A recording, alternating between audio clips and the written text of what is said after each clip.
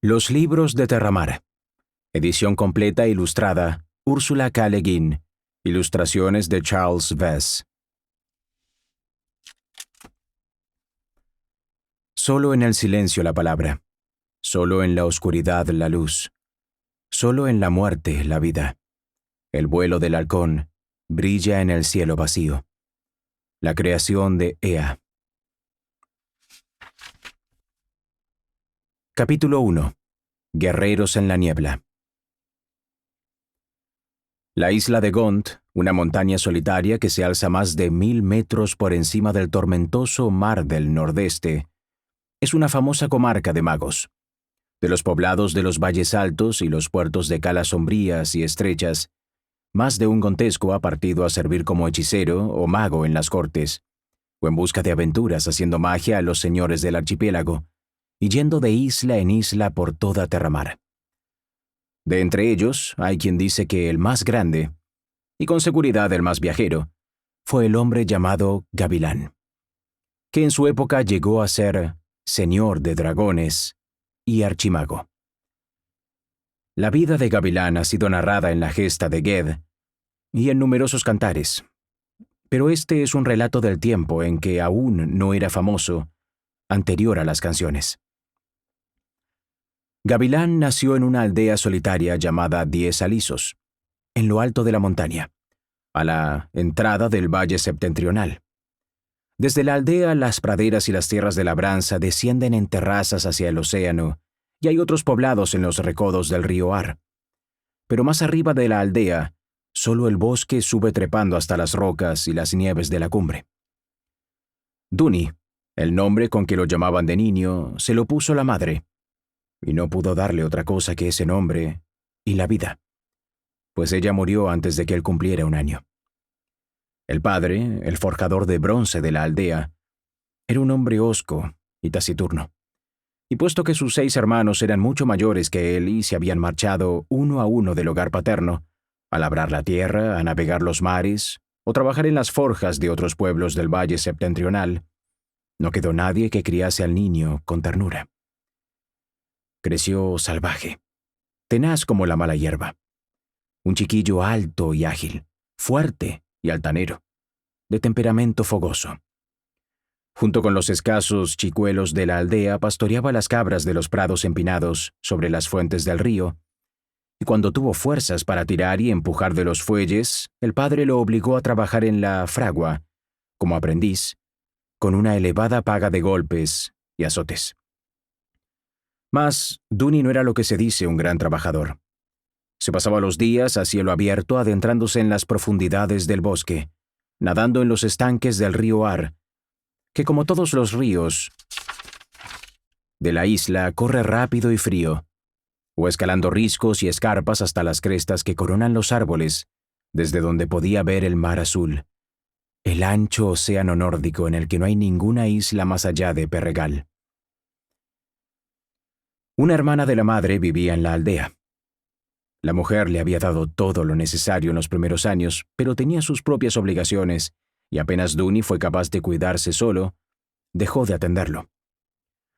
Mas aconteció que un día, cuando el niño tenía 7 años y era inocente y lo ignoraba todo sobre las artes y los poderes que hay en el mundo, oyó cómo su tía le gritaba a una cabra que se había trepado al tejado de una choza, y vio cómo el animal le obedecía, bajando de un salto.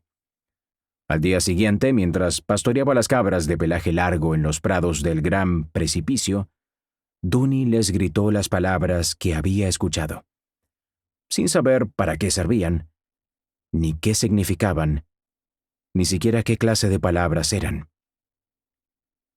Nos Yers, Mokman, Jiokjan Mors Jan.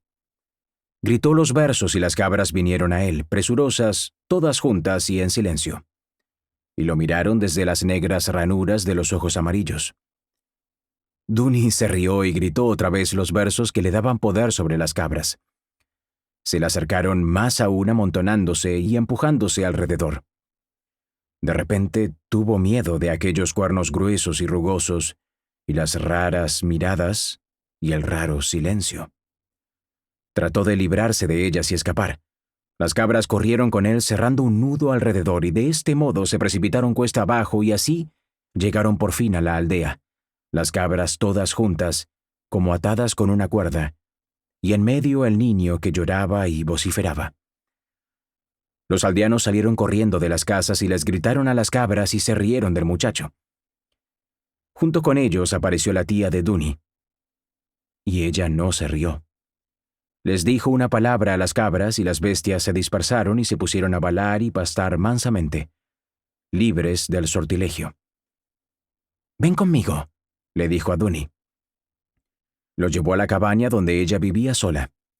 Por lo común no dejaba entrar a ningún niño y los niños tenían miedo del lugar. Era una estancia baja y sombría, sin ventanas y con la fragancia de las hierbas que colgaban de la viga maestra del techo: menta, molí, tomillo, milenrama, junco vivo y paramal, hojas de reyes y becerra, tanaceto y laurel. Allí se sentó de piernas cruzadas junto al fuego y mirando al niño de reojo a través de la maraña de cabellos negros, le preguntó qué les había dicho a las cabras y si sabía qué versos eran esos. Cuando descubrió que el chico no sabía nada y que sin embargo había hechizado a las cabras para que acudieran a él y lo siguieran, comprendió que había en el muchacho poderes en ciernes.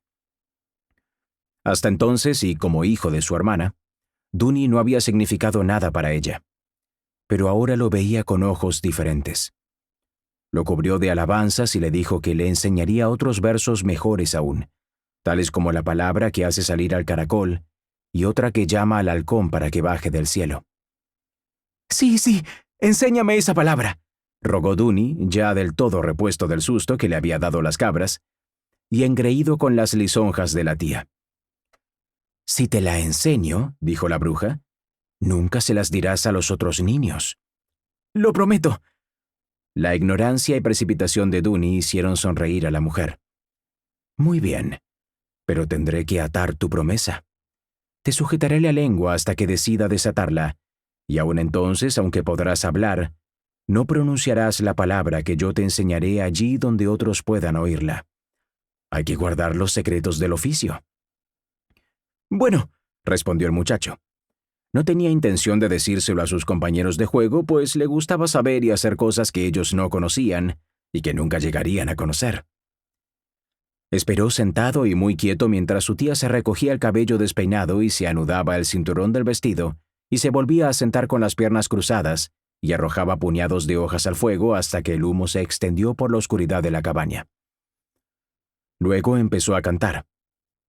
La voz cambiaba por momentos, de aguda a grave, como si otra voz cantase a través de ella, y el canto continuó y continuó, hasta que Dooney no supo si estaba dormido o despierto.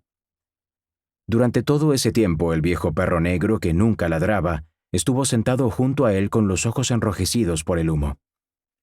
De pronto, la bruja le habló en una lengua que Dooney no comprendía, y le obligó a repetir versos y palabras hasta que el hechizo obró sobre él y lo enmudeció.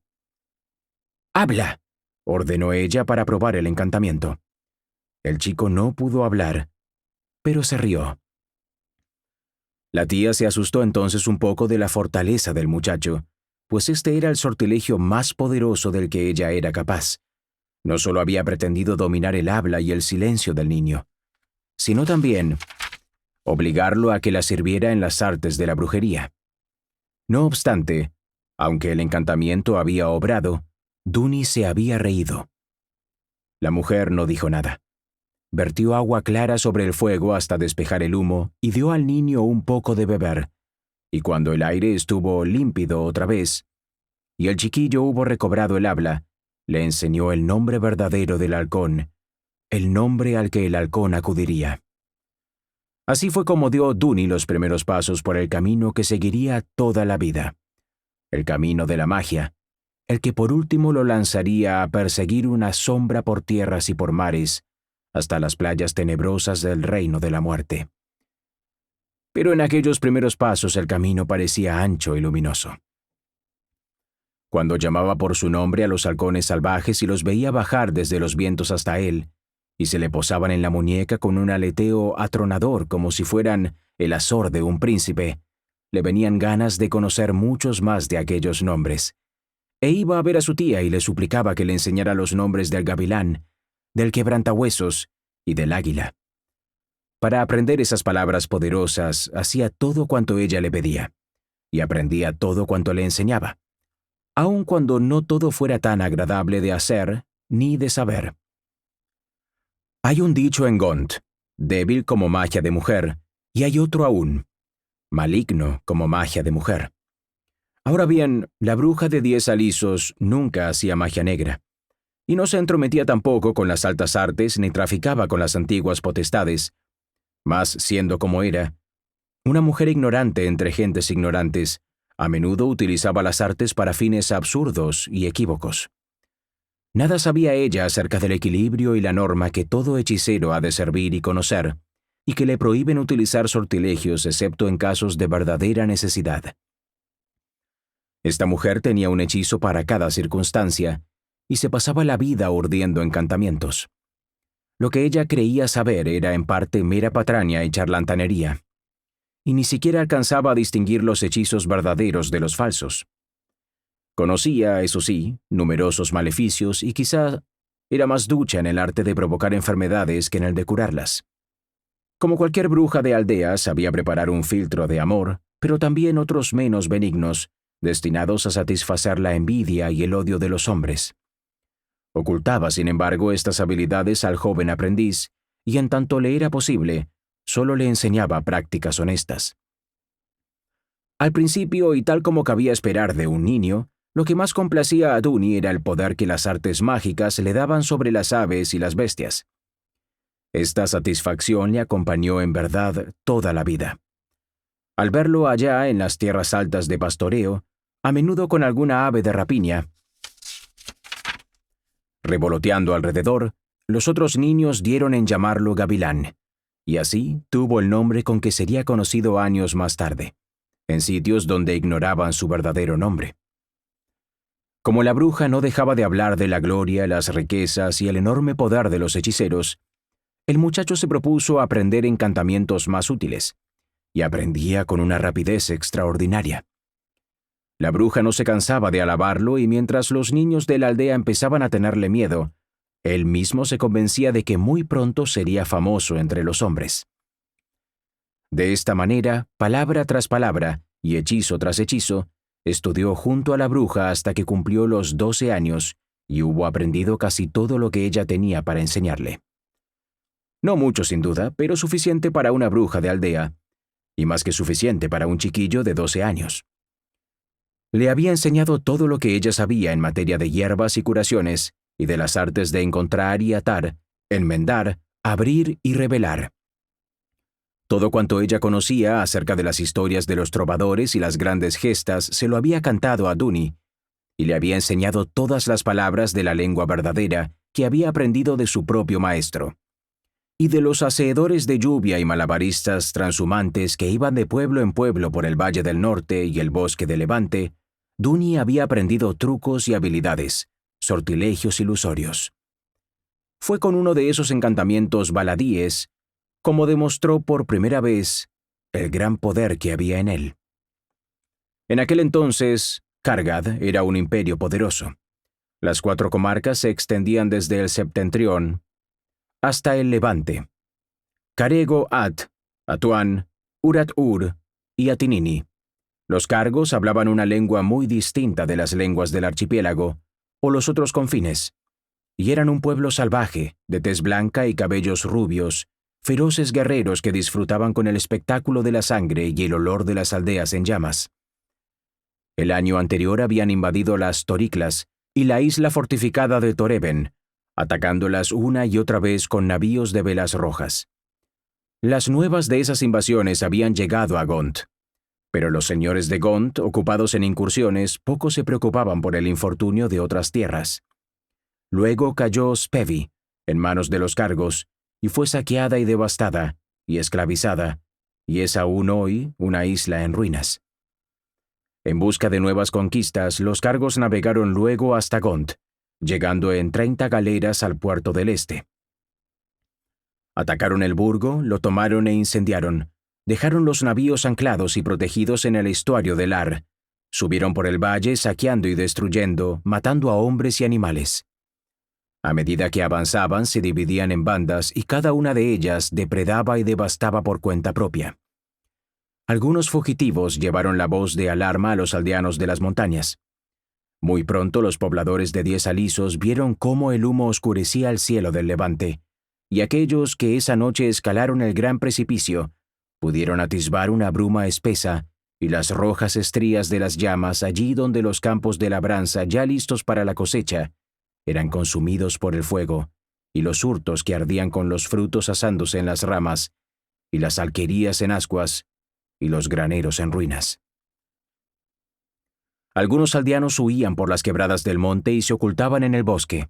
Otros se disponían a luchar, y otros no hacían otra cosa que dar vueltas y vueltas, lamentándose. Entre los fugitivos estaba la bruja. Se había ocultado en una cueva de la ladera de Caperding, sellando la entrada con palabras mágicas. El padre de Duni, el forjador, se había quedado en la aldea, pues no quería abandonar la fundición y la fragua, en las que trabajaba desde hacía 50 años. Estuvo ocupado toda la noche forjando puntas de lanza con el metal de que disponía, y otros trabajaron con él, atándolas a los mangos de azadas y rastrillos, pues no había tiempo para calzarlas e insertarlas adecuadamente. No había en la aldea otras armas que arcos de caza y cuchillos de monte, porque los montañeses de Gont no son belicosos. No es de guerreros de lo que tienen fama, sino de ladrones de cabras, piratas y hechiceros. Con el amanecer, una densa niebla blanca descendió sobre el poblado como ocurría con frecuencia durante el otoño en las partes más altas de la isla. Agazapados entre las chozas y casas diseminadas de la única calle de 10 alisos, los aldeanos aguardaban en silencio, pertrechados, esgrimiendo los arcos de caza y las lanzas recién forjadas, sin saber si los cargos se encontraban lejos o cerca. Y escuadreñaban la niebla que ocultaba las formas, la distancia y los peligros. Con ellos estaba Duni. Durante toda la noche había trabajado en los fuelles, bombeando con las largas mangas de piel de cabra los chorros de aire que alimentaba el fuego. Ahora los brazos le dolían y le temblaban de cansancio, y ni siquiera podía empuñar la lanza que había elegido. No creía que pudiera combatir, o al menos prestar alguna ayuda, a sí mismo o a los demás. Le enfurecía la idea de morir ensartado en una lanza carga a una edad tan temprana, de tener que penetrar en el reino de las sombras sin haber llegado a conocer su propio nombre, el nombre que en verdad le correspondía. Se miraba los brazos delgados, mojados por el rocío helado de la niebla, y maldecía esa debilidad transitoria, pues sabía que el poder estaba en él. Solo le faltaba saber cómo usarlo, y buscaba entre todos los sortilegios conocidos algún ardid que pudiera darles a él y a sus compañeros cierta ventaja, o al menos una oportunidad. Pero la mera necesidad no basta para liberar el poder. El conocimiento es indispensable. Ya la niebla se disipaba al calor de un sol que resplandecía desnudo sobre la cima de un cielo luminoso. Cuando la bruma se fue alejando a la deriva en grandes copos y celajes de humo, los aldeanos divisaron una horda de guerreros que avanzaba montaña arriba. Acorazados con cascos de bronce, grebas y petos de cuero, y escudos de madera y bronce, y empuñando la espada y la larga lanza carga, subían con estrépito siguiendo los meandros de la empinada ribera del Ar, empenechados en una fila desordenada, y estaban ya lo bastante cerca para que se les distinguieran las caras blancas y se oyeran las palabras extrañas que se gritaban unos a otros. Esta cuadrilla de las huestes invasoras contaría con unos 100 hombres, lo cual no es mucho, pero en la aldea no había más que 18, entre hombres y muchachos. Fue entonces cuando la necesidad trajo sabiduría. Duni, viendo que la niebla volaba y se disipaba, y descubría así el camino ante los cargos, recordó un encantamiento que podría serle útil. Un viejo mago del valle que había querido ganarse al muchacho como aprendiz, le había enseñado varios encantamientos. Uno de estos era el truco llamado tramanieblas, que congrega las nieblas en un lugar determinado durante un breve lapso. Mediante este truco, un ilusionista avesado puede modelar la niebla y transformarla en apariciones fantasmales que duran un tiempo y luego se desvanecen. El muchacho no tenía esa habilidad, pero sí la fuerza necesaria para que el hechizo sirviera a lo que él se proponía. Deprisa y en voz muy alta nombró los distintos sitios y los límites de la aldea, y luego recitó el conjuro tramanieblas, pero enlazando las palabras con las de un hechizo de ocultamiento, y por último, gritó la palabra que movía toda esta magia. No había acabado aún cuando su padre, apareciendo de improviso detrás de él, le asestó un fuerte golpe en el costado de la cabeza, tirándolo al suelo. «¡Cállate, imbécil! Deja de dar voces y escóndete si no te atreves a pelear». Dooney se puso de pie. Podía oír a los cargos a la entrada de la aldea, no más lejos del añoso tejo que crecía junto a los corrales del curtidor. Las voces se oían claras y también los golpes y crujidos de las armas y los arneses, mas no se los veía. La niebla se había cerrado alrededor de la aldea. La luz se había vuelto gris y el mundo borroso, a tal punto que los hombres a duras penas alcanzaban a distinguir sus propias manos. «Los he escondido a todos», dijo Dooney con voz hosca porque le dolía la cabeza a causa del golpe que le había propinado el padre, y el esfuerzo del doble hechizo lo había agotado. «Mantendré esta niebla todo el tiempo que pueda, haz que los otros los guíen hacia el gran precipicio». El forjador miró con asombro a su hijo como si fuese un fantasma salido de aquella bruma densa y misteriosa. Tardó un momento en comprender lo que Dooney decía, pero al fin echó a correr sin hacer ruido, buen conocedor como era de cada cerca y de cada esquina del poblado, y fue en busca de los otros para decirles lo que tenían que hacer. Ahora, a través de la bruma gris, florecía un manchón encarnado. Era el techo de paja de una cabaña que ardía incendiada por el invasor. Pero los cargos aún no habían entrado en la aldea y esperaban abajo, a la entrada, a que la niebla se levantase y descubriera la presa y el botín. El curtidor, a quien pertenecía la casa incendiada, envió a un par de muchachos a que pasaran haciendo cabriolas ante las mismas narices de los cargos, los provocaran con burlas y desaparecieran al instante como humo en el humo. Mientras tanto, arrastrándose por detrás de las cercas y corriendo de casa en casa, los mayores se aproximaron por el otro lado y descargaron una lluvia de flechas y lanzas sobre los guerreros que esperaban amontonados en un solo racimo. Un cargo rodó por tierra retorciéndose, el cuerpo traspasado por una lanza que aún conservaba el calor de la fragua. Otros fueron alcanzados por las flechas. Entonces, cegados por la ira, arremetieron decididos a aplastar a aquellos agresores insignificantes, pero solo encontraron niebla, una niebla poblada de voces. Guiados por ellas, se lanzaron al ataque, hendiendo el aire con las largas lanzas empenachadas y ensangrentadas.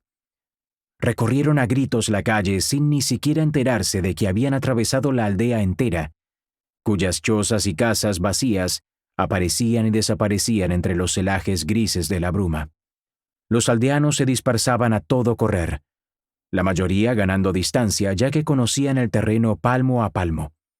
Pero algunos, los niños y los ancianos, eran más lentos. Cuando tropezaban con ellos los cargos, les clavaban las lanzas y blandían furiosos las espadas, mientras lanzaban el grito de guerra. «Vouloir! Atvoir!», invocando a la Hermandad Blanca de Atuán. Algunos de los guerreros se detenían al descubrir que el terreno que pisaban se hacía más escarpado, pero los demás proseguían en ciega carrera en busca del poblado fantasma y a la caza de las formas vagas y flotantes que se les escapaban de las manos. La niebla misma había cobrado vida con aquellas siluetas fantasmales y fugaces que se desvanecían en todas direcciones. Un grupo de cargos persiguió a los espectros hasta el gran precipicio, un acantilado de 30 metros de altura que se alzaba por encima de las fuentes del Ar. Las figuras flotaron en el aire un momento y se desvanecieron junto con la niebla, que en aquel paraje empezaba a disiparse. En tanto, los perseguidores se precipitaban al vacío dando alaridos. Al principio entre las brumas y de improviso a plena luz del sol, para ir a estrellarse contra los charcos del rocoso lecho del río. Y los que venían detrás y no cayeron, se detuvieron allí al borde mismo del abismo, y escucharon. Y el pavor dominó de pronto a los cargos, y se buscaron unos a otros, no ya a los campesinos, en aquella niebla fantasmagórica. Se congregaron en la ladera, pero también allí estaban las apariciones, las formas espectrales y otras que corrían fugaces como sombras y golpeaban desde atrás con lanzas y cuchillos, y luego se desvanecían. Los cargos se precipitaron cuesta abajo. Iban todos juntos y atropellándose, pero en silencio, hasta que se encontraron de pronto fuera de la niebla cerrada, y pudieron ver el río a los pies de la aldea y las quebradas resplandecientes a la luz descarnada del sol matutino. Entonces se detuvieron y reagrupándose, miraron atrás. Un muro de niebla gris ondulante y retorcida cruzaba el sendero, ocultando lo que había del otro lado. De pronto, de esa cortina impenetrable, emergieron 2 o 3 rezagados con las largas lanzas balanceándose sobre los hombros. Ni uno solo volvió la cabeza para mirar atrás por segunda vez. Continuaron descendiendo, deprisa, procurando alejarse de aquel sitio embrujado. La verdadera lucha comenzó más adelante, en el Valle del Norte. Los poblados del bosque del Levante, desde Obarc hasta la costa, habían congregado a sus gentes y los enviaban a enfrentar a los invasores. Cuadrilla tras cuadrilla bajaban de los cerros y durante ese día y el siguiente, la invasión fue rechazada y los cargos tuvieron que replegarse a las playas del Puerto del Este, donde descubrieron que les habían quemado todas las naves.